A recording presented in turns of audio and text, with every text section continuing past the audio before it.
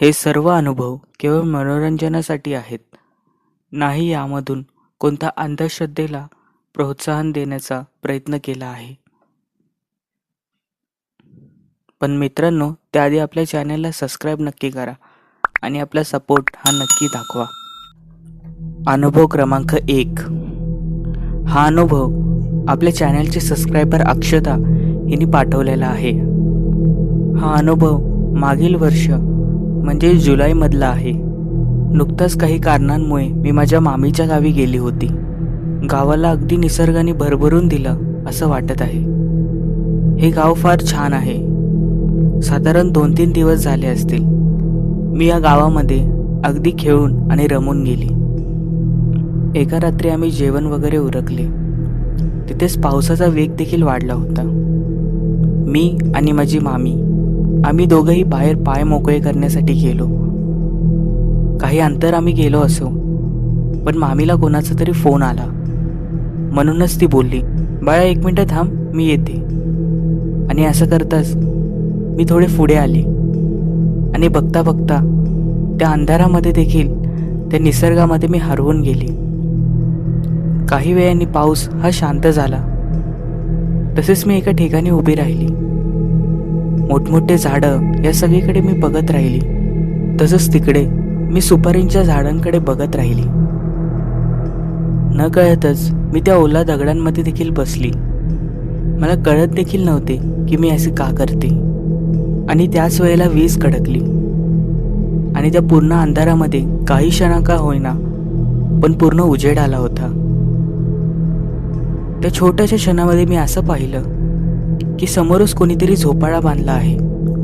अगदी माझ्याशी 30 ते 35 पाऊल लांब असेल. आणि तो विजेचा उजेड जाताच मी पुन्हा सगळीकडे बघू लागले आणि पुन्हा वीज कडकली. आणि त्यावेळेला जे मी पाहिलं ते बघून मला फार धक्का बसला. माझ्या पायाखालची जमीन सरकली. मला माझा मृत्यू समोर दिसत होता. कारण की त्या झोपाळ्यावर एक सफेद साडी घातलेली बाई, तिचे केस मोकळे आणि हिच्याकडे बघून ही हसत होती. हे कमी की काय, तिचे डोळे हे पूर्णपणे फुटलेले होते. त्यातून रक्तप्रवाह होत होता. आणि ती जोरजोरात बघून मला हसू लागली आणि बोलू लागली, तू आता माझ्या तावडीत सापडलेली आहेस आणि मी तुझा जीव घेणार.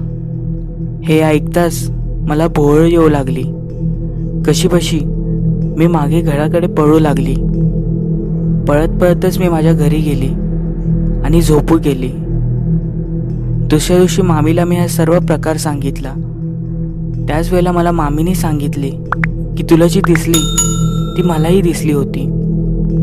आणि हेच की काय, अगदी पिढ्यानपिढ्या ही सर्वांना दिसत आहे. तिने आत्तापर्यंत कोणाचा जीव घेतला नाहीये, पण हो, तिला बघून सगळेच घाबरतात. का काहीच ठाऊक नाही. आणि यानंतर मी त्या गावी पुन्हा कधीच नाही गेले. अनुभव क्रमांक 2. हा अनुभव आपल्या चॅनलचे सबस्क्रायबर आशा हिने पाठवला आहे.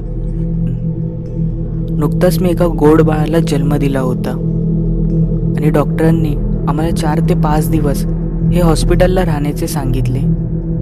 म्हणूनच मी जनरल वॉर्डमध्ये राहण्याचा निर्णय घेतला. सकाळी माझे मिस्टर माझ्यावर असे, पण रात्रीची त्यांना नाईट ड्युटी करायला जायला लागत असे. साधारण 2 दिवस गेले असतील. एका रात्री मी गाढ झोपी गेले होते आणि काही वेळाने माझ्या हातावर आणि पायावर हे जोरजोरात कोणीतरी चिमटे काढू लागले. क्षणभरातच मला जाग आली आणि मी उठून बसले. तसं मी बघितलं की माझ्या आजूबाजूला कोणीच नव्हते. दुसरे पेशंट हे अगदी 2 ते 3 हाताच्या लांबीवर झोपले होते. हे बघून मला फार आश्चर्य वाटले. हा माझा भास असेल असं मी मनातल्या मनात बोलले आणि मी पुन्हा झोपी गेले. हे प्रकरण मी माझ्या मिस्टरांना देखील सांगितले नाही. दुसऱ्याच रात्री मला असाच अनुभव आला. कोणी मला चिमटे काढतंय तर कोणी माझे केस ओढतंय. आणि झोपेतच मला असे वाटू लागले की कोणी माझे बेड हे जोरजोरात हलवत आहे. मला हे प्रकरण आता गंभीर वाटू लागले होते. म्हणून 4थ्या आणि 5व्या दिवशी मी माझ्या मिस्टरांना ही थांबण्याची विनंती केली आणि त्यांनी ही रजा मांडून हे माझ्यावर थांबले. हॉस्पिटलमधनं डिस्चार्ज घेत असताना मी बाजूच्या पेशंटला हा प्रकार सांगितला. तसेच त्या दोघी तिघींनी सांगितले की त्यांनाही काही असे अनुभव येत आहे. तसेच तिथल्या नर्सनी सांगितले की इथे फार जणांना असे अनुभव येत आहे, पण तुम्ही सगळ्यांनी याकडे दुर्लक्ष करा.